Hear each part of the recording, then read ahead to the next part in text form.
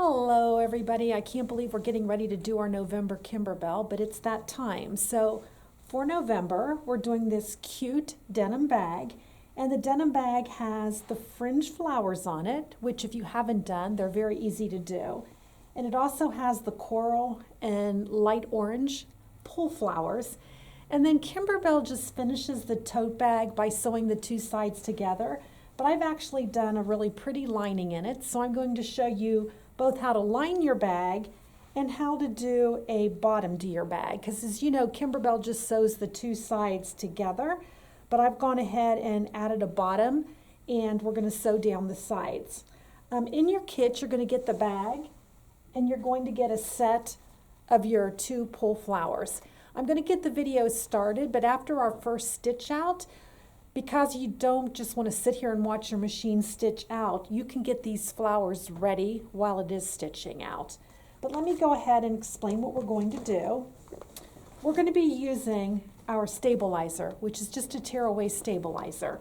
And when you read Kimberbell's direction, there are two sizes. There's a 5x7, which is the smaller version, and then there's a larger version that fits in a 6x10 or larger hoop. So since I'm on a baby lock machine, I'm using my 8x12 hoop.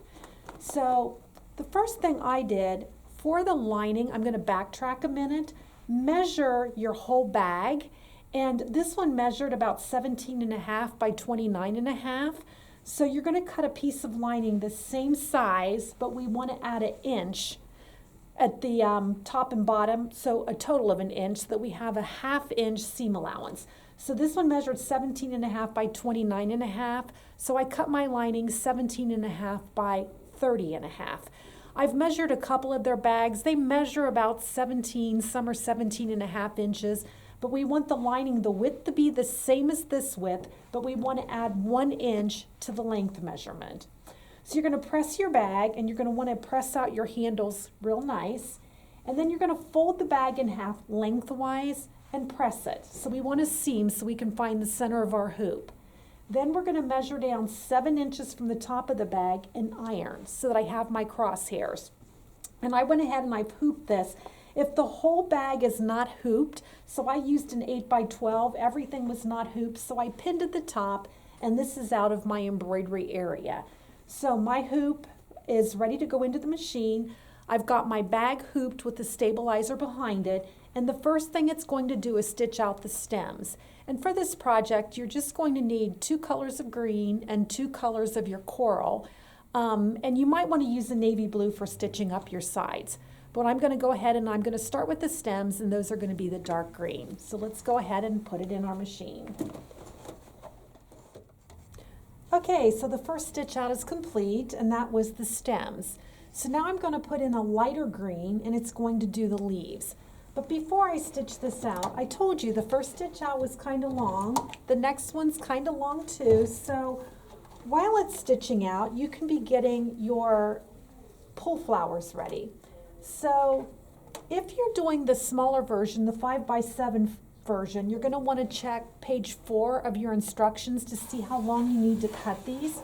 But when I pull these off of the cardboard, it looks like this. So this is the coral flowers, and it tells me that I'm going to cut 3 12-inch pieces, and then I'm going to pull them. Well, they're all hooked together. And what happens is there is a knot at one end, and it's been woven through, and there's a hanging thread at this end. So the problem becomes, if I cut the string, it's going to come unthreaded. So I'm going to show you an easy way to do this. I went ahead and took a pen, and I measured over 12 inches. And the idea is to get it to mark between flower petals, because you don't want to cut a petal in half. So I measured over 12 inches and marked it, and then I only had 22 inches left. Okay, so I've got 11 inches and 11 inches. It doesn't have to be exact because no flower is exactly like another flower. But what I'm going to do is I've got my 2 markings there, and that's where I want to cut these.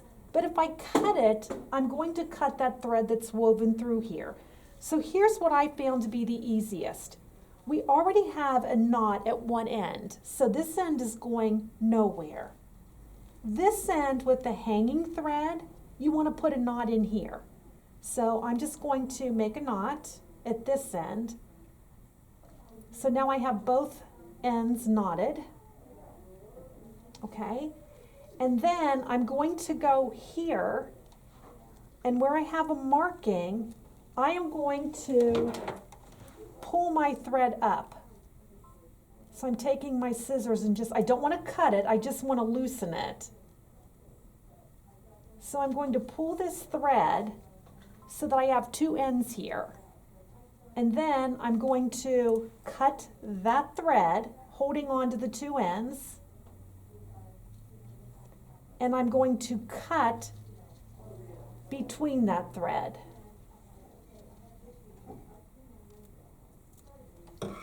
So now I have two longer pieces of thread. So I'm going to work on my short one first. And what I'm going to do is pull all of this towards my knot. So it reminds me of ribbons that you used to be able to buy and pull them together. So I'm just going to pull them, and you can arrange your flower petal. And again, all flowers look different, but I just want to kind of curl them around. And then what I'm going to do is take and put a needle through here and tie a knot. So let me get, you guys know I can't see as well anymore, so I've got to have my lighted needle threader. Don't laugh at me. And I'm just going to take this end and pull it through here.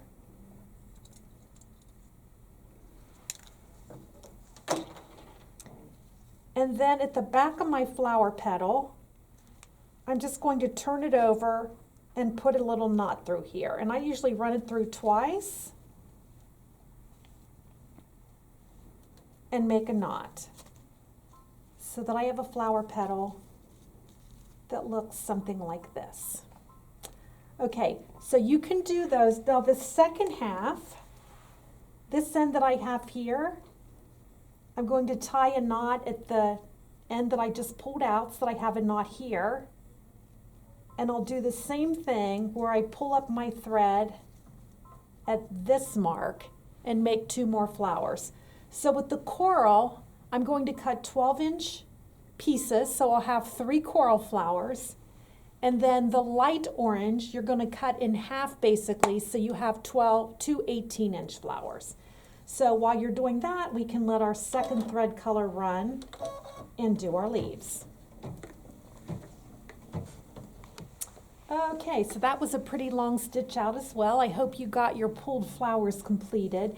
You're going to notice that there are a lot of jump stitches in the leaf portion, and all those need to be trimmed. That's not a mistake. It is a jump stitch, and you will cut those out. All this time that I've been stitching the green, I've been using a white pre-wound bobbin, and if your tension is good, you shouldn't see any of the white bobbin pulling up. The next thing I'm going to do is I'm going to do the fringe part of my flowers. Because they're fringe flowers, I want to use a bobbin thread that is totally contrasting to my top thread. So I'm using 2 colors of coral. I'm actually going to do the fringe part in a dark coral and a lighter center. So I put in a teal blue in my bobbin.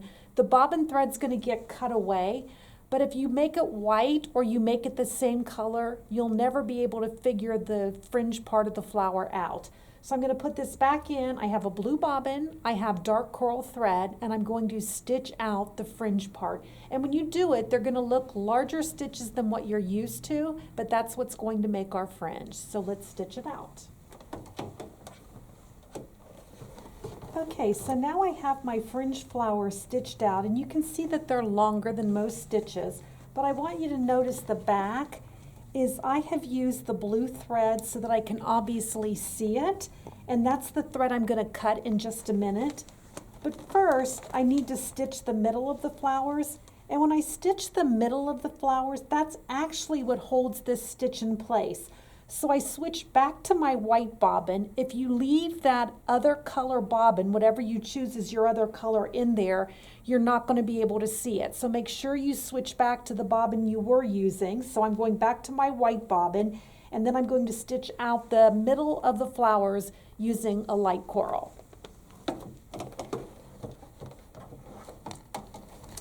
Okay, so now the centers of my flowers are finished, and you can see they're not fringed yet, but when I turn it over on the back, you can now see where I had my white bobbin thread for the center, and you can see the blue bobbin thread that was the fringe part.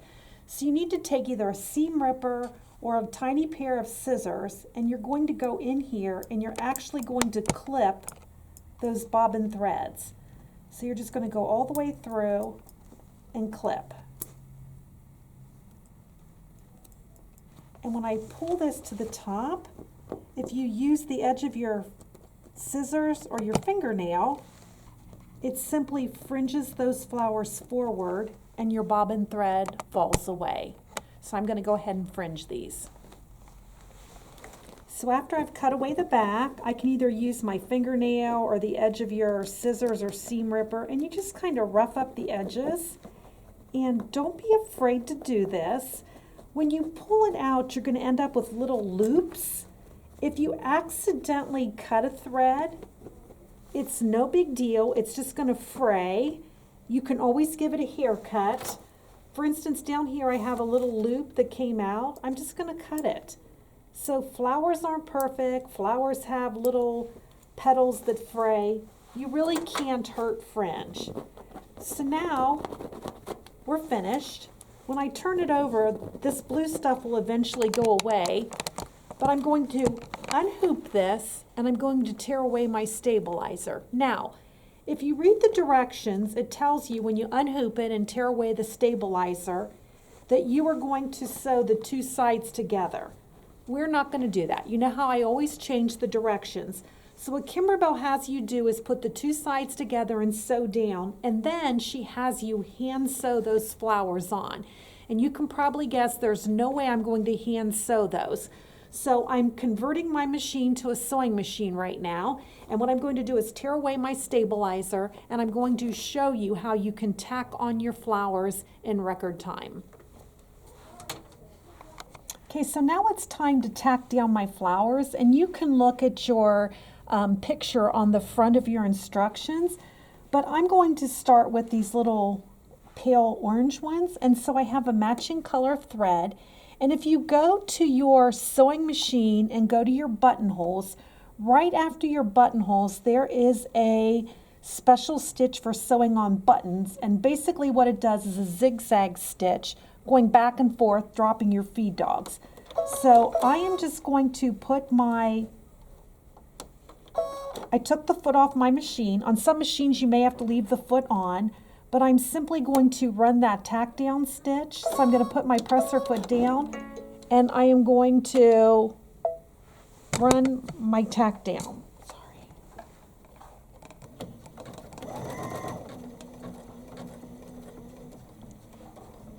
So I've run it once, and I usually do it in a couple different places. So I'm just going to move it forward, and I'm going to do another tack down here, and maybe a third one. So let me get one more.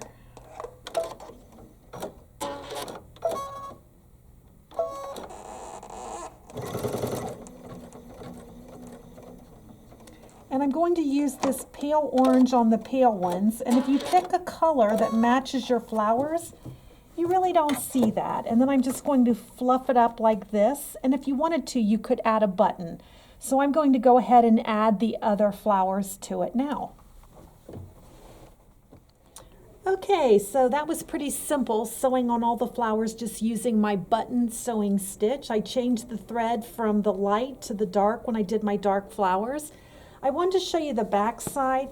This is tear away, and I could tear away all of this, but I'm going to line the bag so there's no reason to tear it away. I'm just going to leave it in there for stability. At this point, it's now time to sew up the bag. So what we're going to do is fold it in half, right sides together, and we're going to sew down the two sides of the bag. And you can see how hard it would be to put those flowers on sewing them by hand, plus it would take forever. So she tells you to use a quarter or a half-inch seam allowance. We normally use a 1/4 inch. So you can either sew using this line. I'm going to use the edge of my presser foot, which is about 3/8 inch, or if you want to do a 1/2 inch, that's okay. But we just want to make sure we back stitch here. And I like to start at the top of the bag and sew into the fold so that it ends perfectly at the fold. So I'm going to go ahead and stitch down both sides.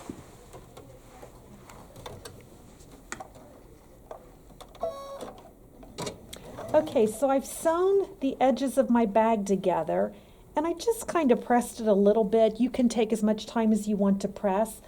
But at this point, Kimberbell's directions tell you to turn it right side out and you're finished. But I like to do a lining in the bag and make it more professional, and they make really nice gifts that way. And I also want to add a bottom to my bag. So you can see that this one has a bottom part on it. It's not just a two-sided bag.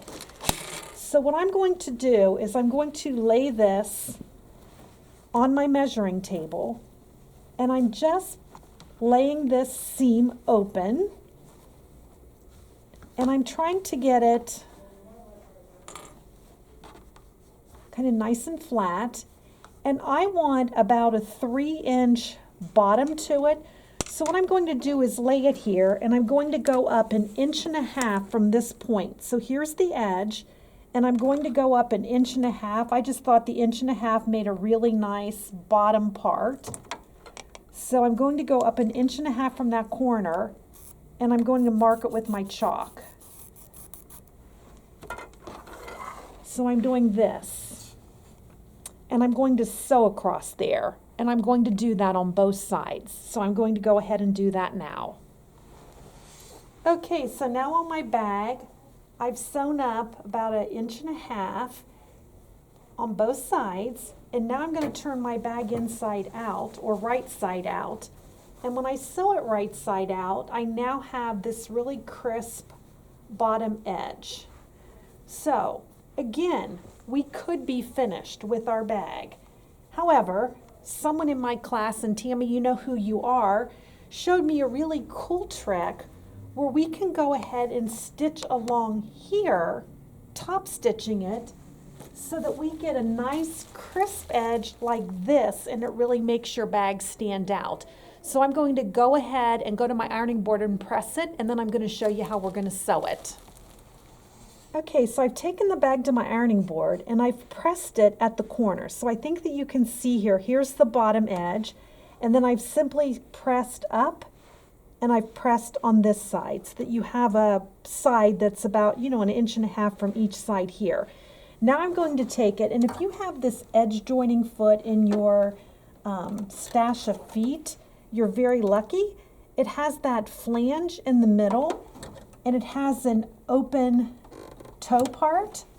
So what I'm going to do is I'm going to do my straight stitch, but I'm going to move my needle over several places to the left.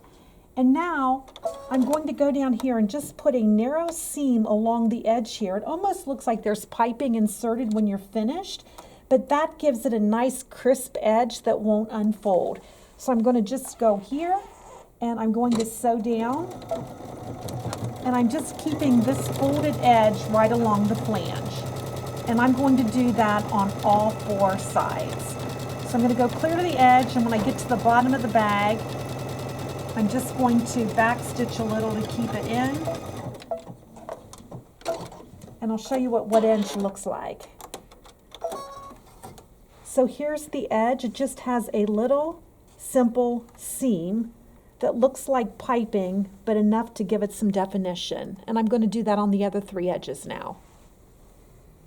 Okay, so once again, we could be finished. This could be a beautiful finished bag, but I want to add lining to it. And this is something that wasn't done in the Kimberbell project, but I told you in the beginning that I took a piece of fabric that was the same width as the bag, but I added 1 inch to the length of the bag. So this is going to be my lining piece. So what I'm going to do is I'm going to go to my sewing machine, I'm going to fold it right sides together, and I am going to sew down the same stitch width. So I used about a 3/8 inch stitch width to put my bag together. I'm going to do the same thing here. So I'm going to sew down both short sides of the bag, and then I'm going to do the same thing that I did on the corners, and I'm going to do the same thing I did as far as top stitching the edge of the sides of the bags. So I'm going to do that, and I'm going to show you what it looks like. Okay, so I sewed down the short sides on both sides of my bag, and then I went to the ironing board, and along the top, the unfinished edge, I turned it under a good 1/2 inch. I'm not going to stitch that down, but I turned it under so that I could then go and do my little top stitching on each of the 4 sides. So I did the lining of the bag the same way that I did the actual bag. I did the little triangle at the bottom, turned this under, and then made my little pleats. Now, you can see that I can't stick this in my bag this way because the lining will be inside out. So I'm going to turn my lining so that it is inside out, and I'm going to stick it into my bag like this, matching up my center seams. So I'm going to match up my center seams here, and I just want to bring it down, about a 1/16 of an inch. If you have Wonder Clips, this is a great time to use your little Wonder Clips, because I can just go ahead and go all the way around the edge of my bag and just clip this in place. So this is going to hold down. You're never going to see that one raw edge, but I'm just going to go through and tack that on the inside. I will use blue thread in my needle thread, and I will put a coral thread in the bobbin thread and just top stitch along here, and then I will have a totally lined bag, just like I have on the finished one here. If you wanted, you could add pockets. I just like to have a lined bag where everything is finished and you see no raw edges. So if you love this project, Kimberbell also makes the plaid bags in black and white. And during the COVID lockdown, on one of our YouTube videos, I actually showed how you could take one of the AccuQuilt dies, and by using 4 layers of the same AccuQuilt die, you can create chenille. So that is still available on YouTube, but we sell these beautiful buffalo check bags. So this is one option with the holidays coming. You could do the cute little red truck or Christmas trees or whatever, but it makes a nice little gift. This one I took a larger triangle on the bottom, so I have a larger bottom of my bag. So we sell both the buffalo check tote and the canvas tote. You'll get 1 canvas and the flowers in your kit this month. Then the flowers, these are the same flowers that we used when we did our little flamingo pillow back in April. And we used these 2 colors for this particular project. But you can buy these pull flowers, and no one says that you have to do your bag using coral flowers. It would be really pretty using the same pattern, but bright flowers, or mixing them up. I love these craft needles, and this is what I use to sew the back part of my little pull flowers. It's kind of hard to get just a regular quilting needle or a sewing needle through there. So this particular pack has all kinds of craft needles for these kind of projects. And of course, if you don't have the Wonder Clips, these are awesome in a lot of things. I tried pinning this lining, and I can't tell you how many times I stuck my fingers. So this is a small pack. They actually come a fewer on a card, or you can buy a gigantic pack. And then this, I don't know if you have seen these before, but these are clips that you can put on, and they almost go under the foot, so they're not fighting with the foot on your machine. So anyways, hope you guys like this video. Hope you enjoyed this project, and show us some of the things that you've made. We enjoy hearing from you. See you next month.